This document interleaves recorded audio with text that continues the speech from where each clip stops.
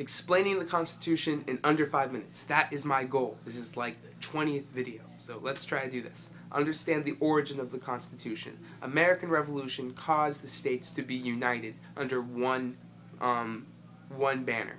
One American united. Alright?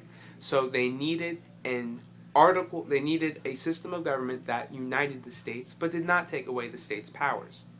The Articles of Confederation was a perfect fit for the American colonists. So they established a Continental Congress and had a Continental Army, fought the war, won it. But the Articles of Confederation was a very weak government that only suited the states for the time being when they were all situated on war. However, later, in about 10 or so years later after the Revolution, we had what was called Shays' Rebellion, which was an incident that crippled the government of Massachusetts, but it only affected Massachusetts. It didn't affect any other state. So it showed by Shays' Rebellion that the Congress, the national government, could not protect the people whenever the state governments failed. So they threw out the Articles of Confederation at the Constitutional Convention in 1789, and then they put in place the Constitution. They drafted it. James Madison was the father of it. So, American history in under 2 minutes. That's pretty good. So let's look at the makeup of the Constitution and how it relates to federalism. Okay? So there are 7 articles, and when we look at the first 3 articles, they only deal with the national government. Okay? So, national government. Now, how does this relate to federalism? I thought the federal government was the national government. Not exactly. These two are not the same. Okay? They are not equal. When we think of federal government, we think of Congress, the president, IRS, whatever. But that's inappropriate because that's the national government. The federal government is the system of government that is the national government and the state governments. Because we don't just have one government controlling everything.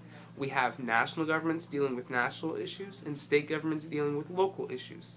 So, when we look at the federal system of government that we have, it is a relationship between the national and state governments. Even though today we usually use national and federal synonymously. But when we think about ideologies and the makeup of the Constitution, that's not the case. So, the first 3 articles deal solely with the national government. They deal, the first one with the legislative, second executive, third judicial. Alright? 4th article deals with states' relations. Relations between states. Okay?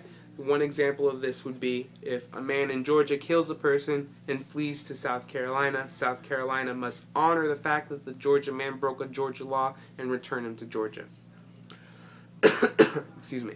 It's basically saying states must respect each other's laws. So this is a provision of the Constitution that solely deals with the states. So we have a national provisions and a state provision. Next.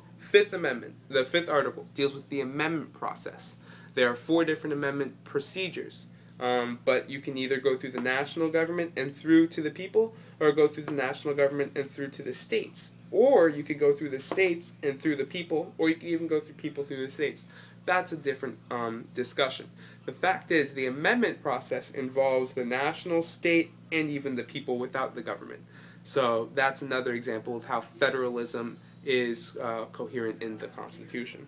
Next, we look at the 6th article, which includes the National Supremacy Clause. This explains the relationship very clearly between the national and state governments. Though it guarantees the state governments exist and have jurisdiction and domain over their own issues, national laws, for example, are superior to state laws. That is the National Supremacy Clause. Lastly, we have the 7th article, which just explained by the founders to each state legislature that they want to ratify this to put in place a federal system and establish a national government. Because before, this was just a resolution, essentially. It wasn't the law of the land. It was definitely not. So they had to explain that how to ratify this and make this the law of the land, and that was through the state legislatures. So this is how the Constitution relates to federalism. 5 minutes, yes.